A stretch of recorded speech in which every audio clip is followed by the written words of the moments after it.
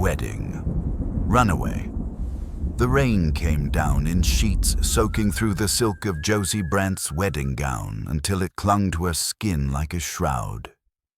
She had shed her name, her veil, and the weight of expectation in a single breathless sprint through the back gardens of the Harmon estate.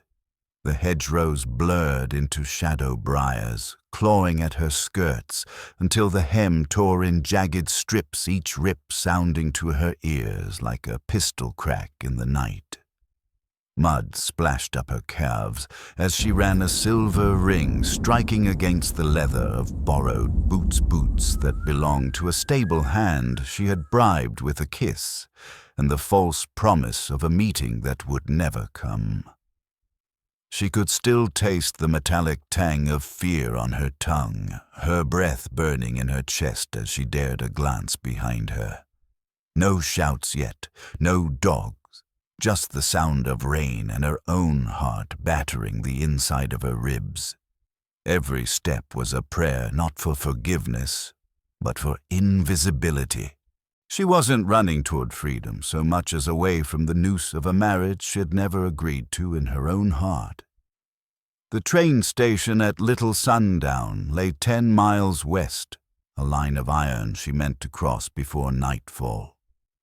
Behind her was Clayton Harmon, a man with a fortune in land and cattle, a will as cruel as winter frost, and a claim on her life sealed by her father's signature. Ahead of her was the unknown hungry wet and possibly worse, but it was hers, and tonight she intended to claim it. Clayton Harmon, the man she escapes. Clayton Harmon had been 45 when the deal was struck, and Josie barely 19. He was the kind of man whose smile never reached his eyes, who called her girl in front of other men, even after she'd bled her first on his estate, who cooed sweet dove in a voice that made her spine tighten when she flinched from his touch. Their marriage was no romance. It was a transaction, a careful arrangement of land titles, grazing rights, and silence. Her father, a man who weighed affection in ounces of gold, had signed the papers without looking at her, sealing her future in neat black ink. Her mother, long buried in the family plot, had offered no protest from the grave. On paper, Josie was to become the lady of the Harmon estate. In truth, she was to become another possession, like a fine-bred mare broken to saddle. Clayton spoke of duty of loyalty of the Harmon name, but every word reeked of ownership. He had the power to decide who she spoke to, what rooms she entered, even when she could walk the gardens she loved. To him, her resistance was an inconvenience to be managed, not a force to be reckoned with. And yet, when she lay awake the night before their wedding, Josie understood something dangerous she would never say yes. Not in her heart, not in her soul. She would rather risk ruin in the wild than live as a prisoner in satin.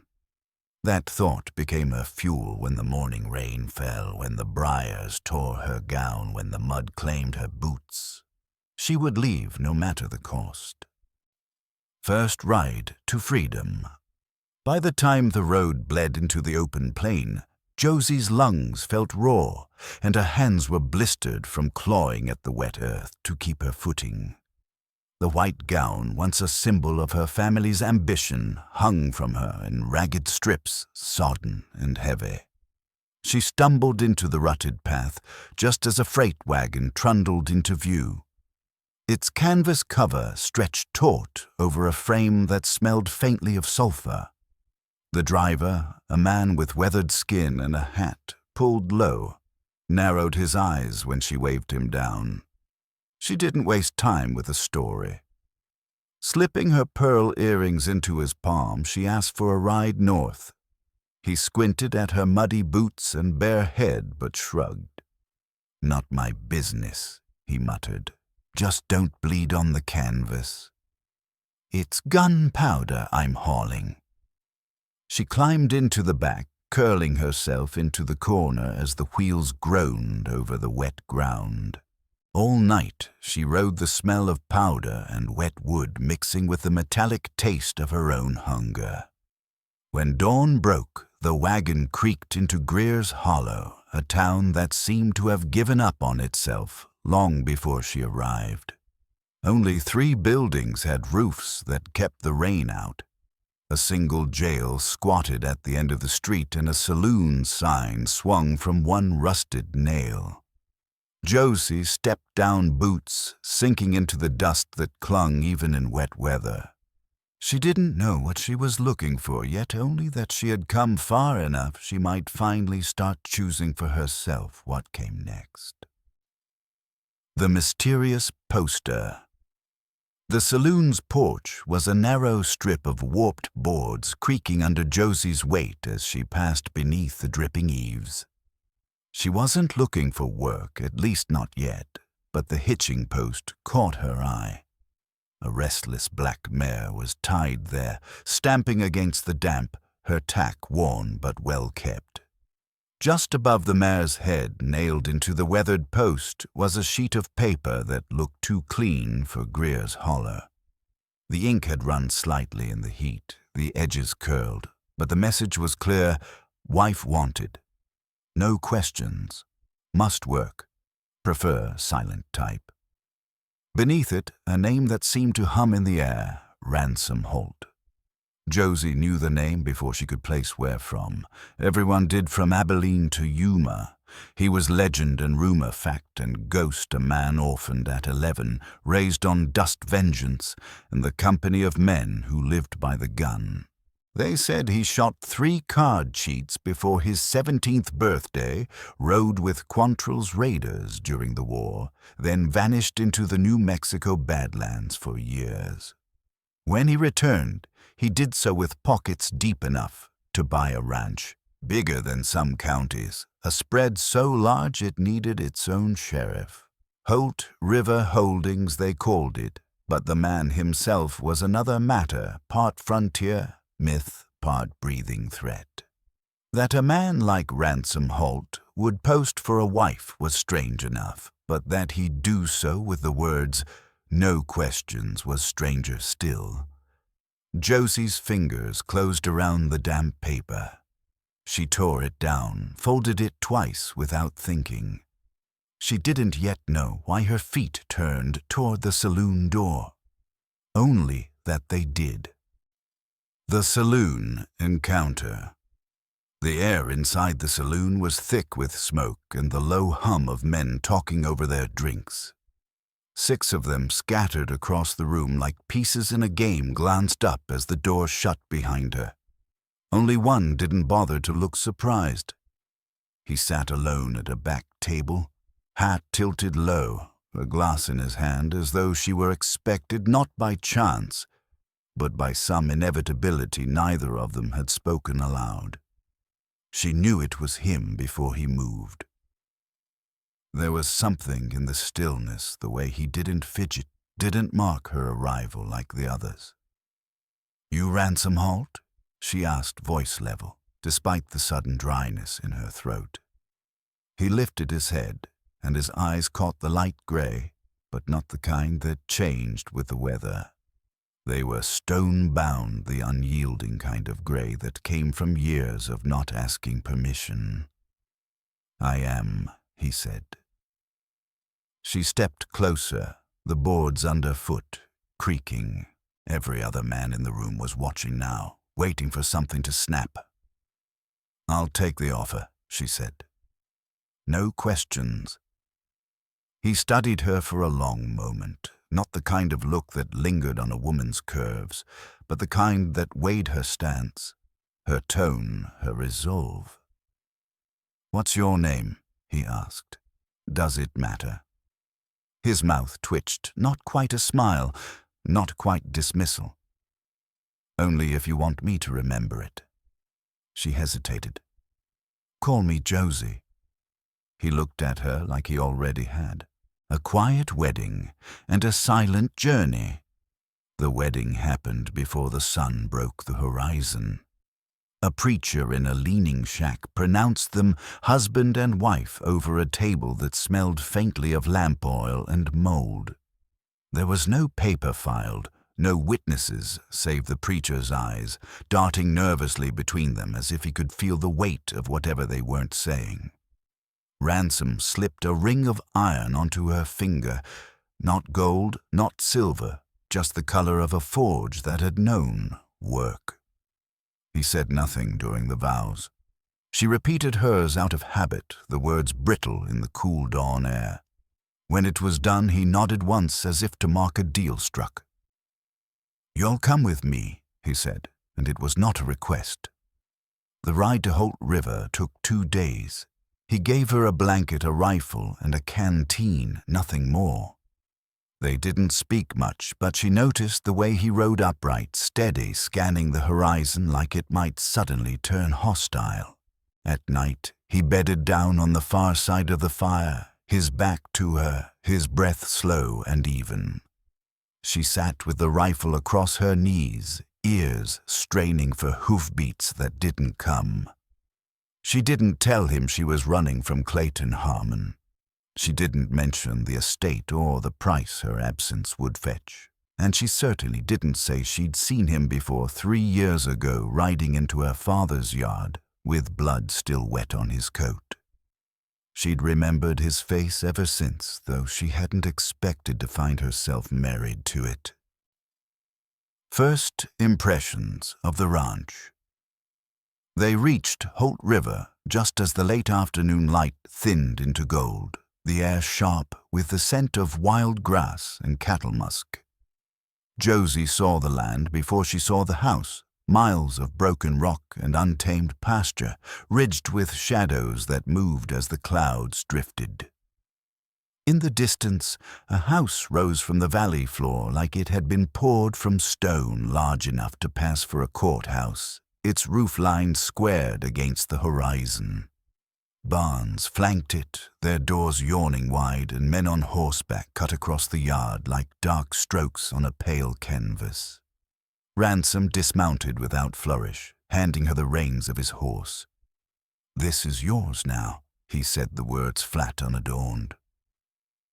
She didn't answer.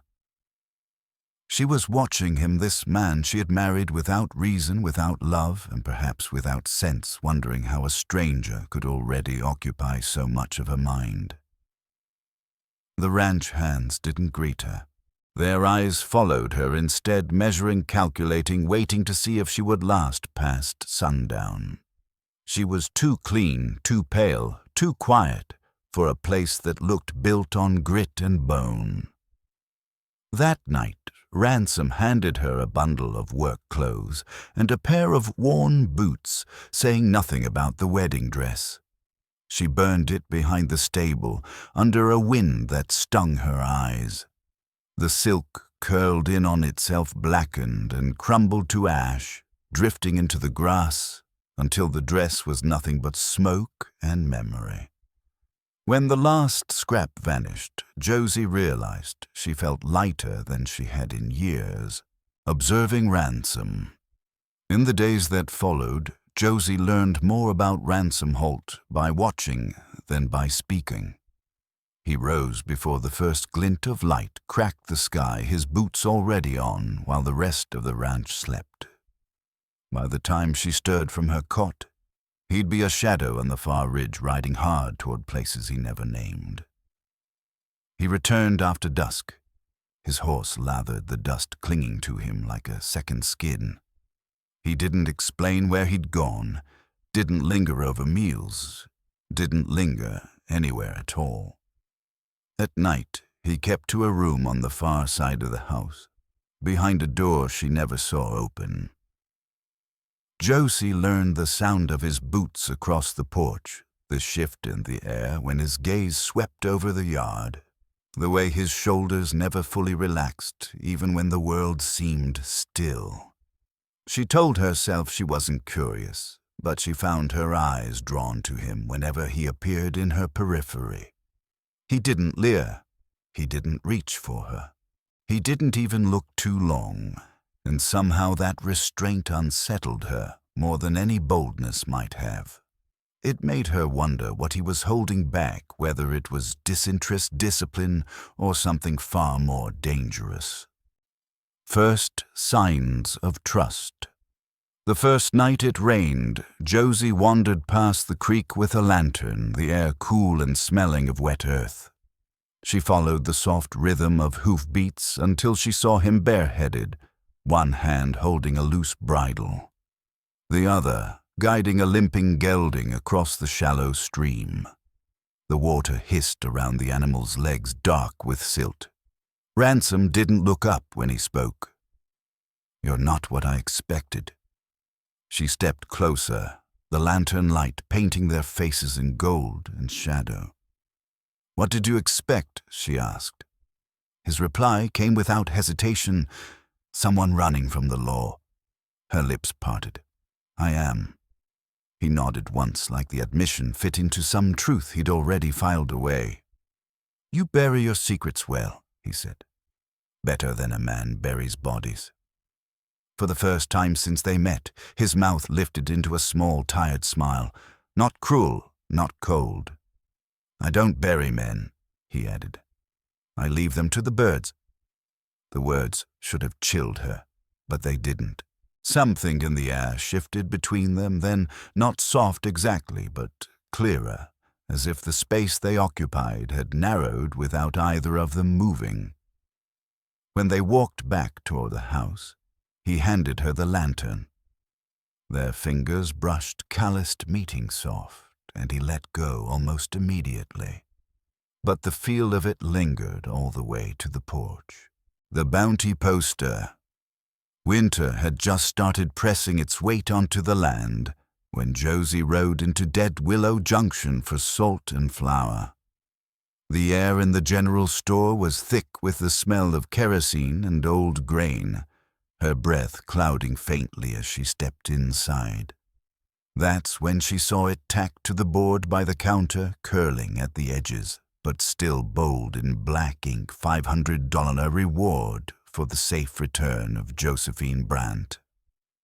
The sketch made her look younger, frailer, with hollow cheeks and eyes wide like some helpless girl. The words beneath called her unstable, hysterical, possibly abducted. Girl, not woman. It didn't mention the bruises. Josie stood with the folded bill for her purchases clutched in her palm until the shopkeeper broke her trance with a cough. She took the poster down, folding it neatly, slipping it inside her coat like it was something fragile. By the time she rode back to Holt River, the wind had picked up, snapping her hair against her cheeks. That night she sat on the porch long after the lamps inside had gone out, the paper still heavy in her pocket. She heard him before she saw him, boot soft on wood, that deliberate weight in his steps. "You saw it?" he asked. She nodded. "They're offering $600 now," he said. She turned her head. "You're keeping track?" He leaned against the rail, gaze steady. "I keep track of every price put on something I own." The word hit like a slap. "I'm not property." His jaw shifted, not with regret, but with recalibration. "I didn't mean it like that." "Then how did you mean it?" she pressed. His answer came low, unflinching. "I meant I wouldn't sell you." She didn't know if that made it better or worse. The first threat. It was 2 weeks later when the first man came. No badge, but the air of someone hired to do harm, hair-slicked, neat coat too clean for the trail eyes, flat as river stones. He found her in the doorway of the bunkhouse apron smeared with flour, a paring knife still in her hand.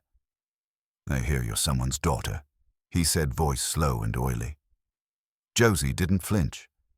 "I'm someone's wife." His smile didn't reach his eyes. "Not Harmon's." She tilted her head. "I think you should leave." He stepped closer, lowering his voice. "Your daddy's offering a full pardon and $2,000 in gold." Her grip on the knife didn't waver. I'm not for sale." His hand twitched near his belt, but before it could close, a bullet spat dust beside his boot. The man jerked back, eyes snapping to the source. 50 feet away, Ransom stood with his rifle shouldered, one eye squinted against the iron sight. "Step again, and you'll limp the rest of your life," he called. The stranger spat into the dirt back toward his horse and rode out slow, like leaving was his choice. Josie watched him until the dust settled. When she turned, Ransom was already lowering the rifle. "You always watching?" she asked. "Only when I'm worried," he said. "What are you worried about?" He didn't answer. That night, long after the house had gone still, she heard the weight of his boots outside her door. He never knocked, but he stayed. Life in winter's grip. By mid-November, Holt River lay under a bone-white dawn each morning, the air so cold it bit through wool. Snow crusted the porch steps, the wind whistling under the eaves. Josie rose before light and worked until her fingers cracked from the wash water, her legs aching from trips to the river and back. But the ache was honest. It belonged to her, not to anyone else's commands. She learned the house by sound, which door creaked when Ransom paced past it, which floorboard gave under her heel in the kitchen, which lantern smoked worst. She learned the names of every hand still working the ranch, even the ones too proud to give them at first. Ransom kept his distance. He watched her the way he watched the cattle, constant, deliberate, without stepping too close. That restraint, she realized, made her feel safer than anything else could have. Then one morning she found a box on the table beside the stove. Inside was a revolver, clean and perfectly balanced, the ivory handle fitting into her palm as though it had been made for her. Beneath it, a scrap of paper bore 4 words in his hard, spare handwriting. "In case I'm not there." No name. No signature. She didn't ask if it was a gift or a warning. She just began carrying it under her coat, and when the letter came from Clayton Harmon, delivered in fine wax and folded in halves, she already knew the tide was about to turn. Ransom read it at the table, jaw tightening. "He's offering more than gold now," he said. "He's sending the law. The sheriff's visit." The sheriff from North Fork arrived on a gray horse that looked too fine for the trail, the animal's breath steaming in the bitter air. A tin star glinted on his coat, and his mouth wore the pinched expression of a preacher preparing to scold a wayward congregation. "Ransom Halt," he called from the yard, his voice carrying in the cold. "We've got cause to speak." Ransom was already at the fence, hands loose at his sides, no greeting offered. Josie stood on the porch apron, still damp from the wash basin, the boards under her bare feet leaching heat from her skin. The sheriff dismounted slowly, producing a folded paper sealed with the governor's mark. "Legal warrant for the recovery of one Josephine Brandt," he announced, his gaze flicking past Ransom toward her. "She ain't here." Ransom replied, his tone flat as the frozen ground. "You sure about that?" the sheriff pressed. "I'm sure of my land," Ransom said. The sheriff took a step forward, boots crunching. "I've got cause to search." "You don't," Ransom answered, "unless you're looking to start a bloodletting in the snow." The words hung heavy between them, visible in the frosty air. The sheriff studied Ransom for a long moment, weighing the truth in his stillness, then turned toward Josie. "You come quiet," he said, "and you'll be safe." She descended the porch steps, every eye in the yard fixed on her, the ranch hands leaning against posts with one hand on iron, the other near rope. She stopped beside Ransom. "I'm not leaving with you," she said, her voice carrying more steel than she'd known it held. "She's got a right to stay," Ransom added. Not once I prove she was taken against her will, the sheriff countered. Josie smiled, small, bitter, and entirely without fear. You tried to take me, she said, and you'll prove who the real criminal is. The sheriff's gaze shifted between them, reading something the law couldn't touch. He mounted without another word and rode out into the white horizon. Confession of love. That night, the wind rattled the shutters like bones. Josie sat on the edge of her cot, the revolver resting on the table beside her. She'd expected Ransom to take his usual post outside her door, silent as a shadow. Instead, the latch lifted and he stepped inside. He stood there for a long moment, the lamplight throwing half his face into shadow. You almost left, he said. Her eyes met his. I didn't. He took a step closer. I wouldn't have stopped you if you had. She shook her head. Yes, you would have. Something in his posture broke then, not weakness, but the weight of whatever he'd been holding back since the day they met. He crossed the room, knelt beside her, and spoke in a voice stripped of all its usual armor. I loved you before I knew your name. The words struck her harder than any gunshot could have. She felt the burn in her throat, the air catch in her chest. I loved you before I knew I could, she answered. He didn't touch her. Not yet. But the space between them was gone, replaced by something warm and steady that neither of them needed to name. Threats escalate. The thaw never came. Instead, winter's grip only tightened the cold, settling into the bones of the land and the people alike. Ransom was gone more often, riding into the northern reaches, past the boundary fences, always returning with a smell of smoke in his clothes or a fresh tear in his coat. Once Josie spotted a dark stain just above his hip, a wound he didn't bother explaining. She didn't ask outright, but when she cleaned the rifle he'd given her, she found a note tucked behind the barrel, written in a hand that wasn't his Harmon's men seen in silver. 3 riding to kill. She burned it in the stove without a word. That night, when he came in after midnight, she asked, "Is it true?" His eyes, still dark from the road, didn't waver. "Yes." "Are they coming for you or for us?" she pressed. He unbuckled his holster, set it on the table. "I don't want you caught in this." She folded her arms. "You bought me. I'm part of the damn bill now." That made him look up, the corner of his mouth tightening. "I never meant to buy you." "I know," she said. "You just wanted to keep me close for a while." His gaze lingered on her like he was memorizing her face. "Now I'd burn this whole county before I let anyone take you." He turned toward the window, the night outside too still. "You should sleep," he said. "Not until you promise to tell me next time," she replied. He turned back. "Promise you'll stay if I do." She met his eyes without blinking. "I'll stay." The barn, fire. The attack came without warning. No gunfire, no hoofbeats, only the acrid scent of smoke curling through Josie's sleep. She was on her feet before she was fully awake, the revolver in her hand, her breath already turning to frost in the air. Outside the west barn was a wall of flame, the calves inside screaming in terror.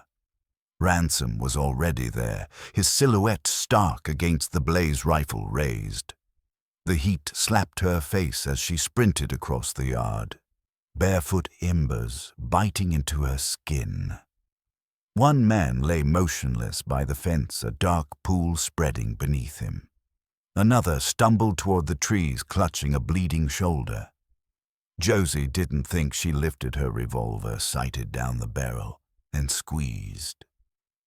The second man dropped hard, his body twisting in the dirt. Ransom glanced her way for the briefest heartbeat, his eyes meeting hers through the smoke. He didn't speak. He didn't need to. Together they fought the fire, driving the surviving cattle toward the far paddock while the barn groaned and folded in on itself. By dawn, the barn was ash, and 2 fresh graves sat behind the stable. Ransom stood with his hands braced on the fence, his voice low when he finally spoke. "Those were Harmon's best," he said. "Just bait. The real ones will come soon enough." The ranch went quiet after that, too quiet. And quiet, Josie had learned, was never safety. It was a held breath before the break. Riding to war. By midday, Ransom had called his men into the yard. Half agreed to stay. The others took their pay and rode out without looking back. Josie didn't blame them. War with Clayton Harmon wasn't a fight most men chose unless they had a death wish. When the dust of the deserters faded, Ransom turned to her, handing over a saddlebag packed with jerky gold and a hand-drawn map. "If I don't come back one night," he said, "you take this and ride east." Josie stared at him, her jaw tight. "No."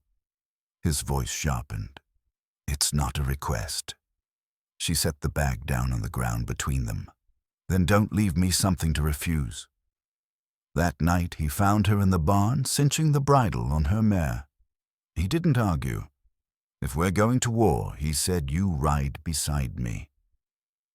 They set out before dawn, heading south toward the Harmon line. The air was thin and cold, the hills stretching ahead like a map of old grudges. They camped 2 miles from the border, the fire low beneath a twisted juniper. Ransom sat sharpening his knife, the steel whispering over stone. "I used to think revenge was fire," he said. Josie looked at him. "What changed?" He didn't glance up. "I met you. Turns out it's colder than I thought." She didn't answer, but she knew what he meant. Fire burns and fades. Cold holds. Cold waits. Cold kills slow when it has to. The pass ambush. They didn't find Harmon's men in the flats. The attack came in the pass, a narrow cut between 2 hills, the sky above a thin strip of gray. Josie was riding behind Cal, the youngest in their party, when the first shot cracked through the air. Cal pitched sideways, the reins still looped in his hands as he hit the dirt. Chaos swallowed the gorge rifle fire, ricocheting off rock horses, screaming the smell of gunpowder thick enough to choke. Ransom charged into the fire, like a man immune to death. Josie followed her revolver, kicking hard in her palm as she fired toward the shadows on the ridge. She saw one of Harmon's men break from cover, a knife glinting in his fist as he lunged for Mags. Josie shot him twice in the chest. Mags didn't even blink. She put a 3rd bullet in his skull before moving on. When the dust settled, 3 of their own were down. One groaned in the dirt, gut-shot and fading. The others lay still. Ransom didn't order burials. "Coyotes will take them by morning," he said. "Any cross out here will just draw vultures." Josie stood beside Cal's riderless horse, watching the reins drag in the dust. She didn't cry. She couldn't not here, not in front of men who needed to believe she was still flame. That night, camped deeper in the gorge, Ransom sat sharpening his knife again, the rasp of steel over stone carrying into the dark. "How many more?" she asked. 3 of Harmon's personal guard," he said, "and Harmon himself." She nodded once. "Then don't let him talk." The Ashfield standoff. They met in the ash fields the next morning, the land black and brittle underfoot, the wind lifting soot in small restless swirls. Ransom had sent word by a passing cattle hand, telling Harmon to ride alone if he wanted to talk. Josie waited behind a low bluff. her rifle tucked beneath her shawl, her finger resting on the trigger as if it were an extension of her hand. She watched him come a dark figure against the pale horizon, riding like the land bent to him. Clayton Harmon dismounted 10 paces from Ransom, his coat gleaming with silver buttons, his hat shadowing eyes that looked sharper than she remembered. "You've cost me a great deal," he said, his voice carrying across the open air. Ransom didn't move. 3 men dead, 2 vanished, Harmon continued. And that girl, she was mine by contract. Josie stepped out from behind the bluff. "No, Clayton," she said evenly. "I was yours by threat." His eyes narrowed. "I should have put you in a cage." She didn't blink. "You tried." He turned to Ransom. "You think taking her makes you a man of honor?" Ransom's voice was quiet, controlled. "I think it makes me hers." The flicker of surprise on Harmon's face lasted only a heartbeat before it hardened into something darker. "You're both dead," he said. "Then kill us." Ransom answered, arms slightly out. No gun drawn. Josie's rifle didn't waver from Harmon's chest. "You'd shoot me in cold blood?" Harmon asked her. "No," Josie said, "but I'd bury you warm." She fired the bullet, clipping his shoulder, spinning him into the dirt. Ransom drew his gun, calm as winter. "Run," he told Harmon, "and keep running." Harmon staggered to his feet, mounting with a wince, blood staining his sleeve. "You'll regret this," he spat. Josie's voice followed him out. "No, but you will. Aftermath of battle." They didn't chase him. Harmon's retreat was enough to tell them he wouldn't be riding hard for them again, at least not soon. Instead, they turned their attention to the dead. 4 bodies were gathered that night, laid out in silence. They built the pyre from juniper and old fence wood, the fire snapping sharp in the cold air. No words were spoken, only the crackle of burning, the hiss of sap, and the unspoken names rising in smoke. Josie stood back from the flames, her hands tight around her own arms, watching the silhouettes of the men she'd come to know dissolve into ash. When the fire burned low, she walked to the creek beyond the camp, the water whispering over stone. Ransom found her there, his boots soft on the damp earth. "You could still leave," he said. She turned, her face lit only by the weak light of the moon. "I'm not afraid of Harmon anymore. I wasn't talking about him." He stepped closer, his eyes tracing the mud on her boots, the blood crusted beneath her fingernails. "You didn't sign up for this." "I didn't sign anything," she said quietly. "I just walked into a saloon and asked if you were Ransom Halt." His gaze held hers. "Why?" She hesitated, the night stretching between them.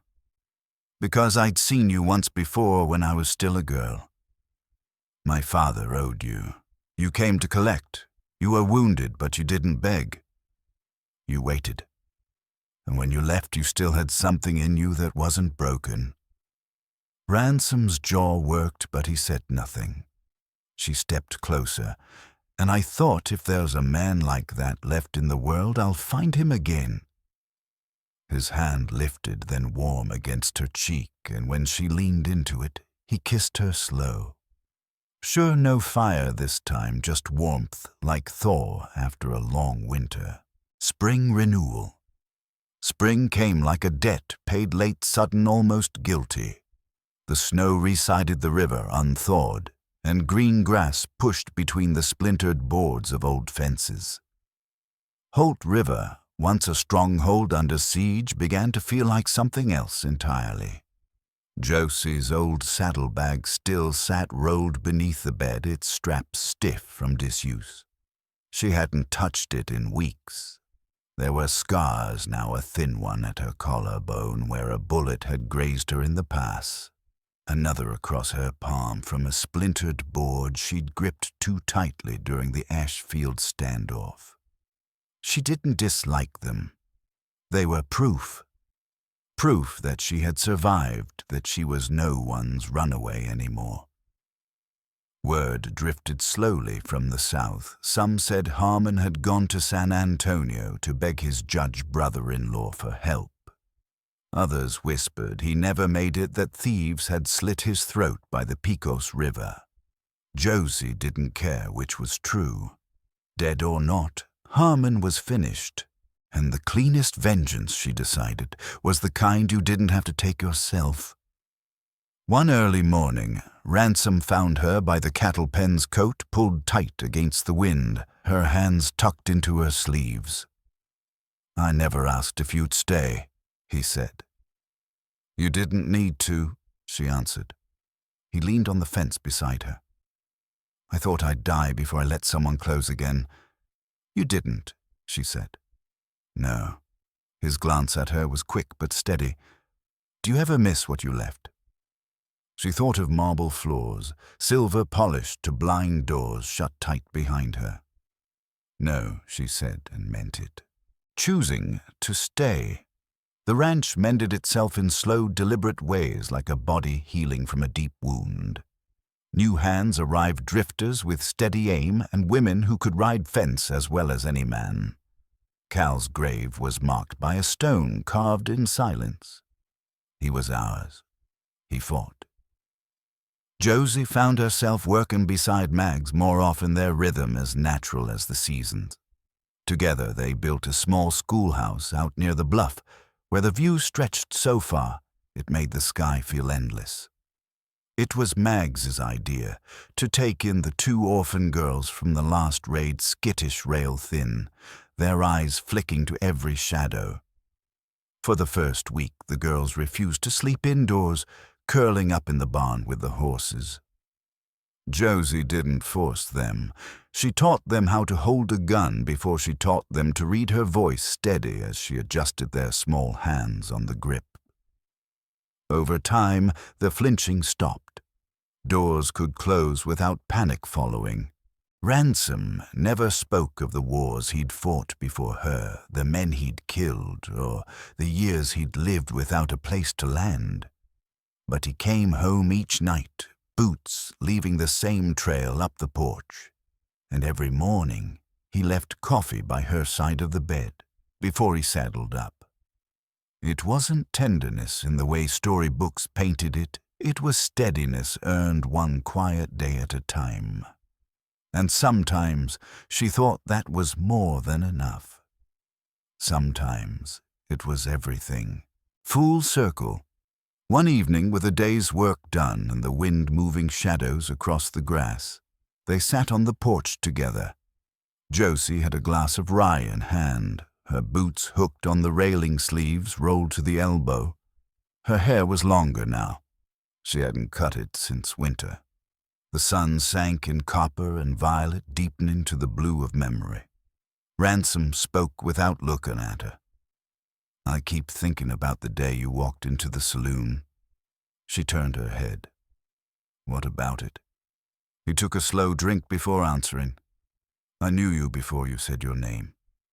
She frowned slightly. "How your eyes?" he said simply. "Same as that girl on the stairs.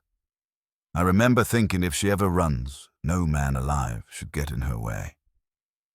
Josie looked back out over the fields.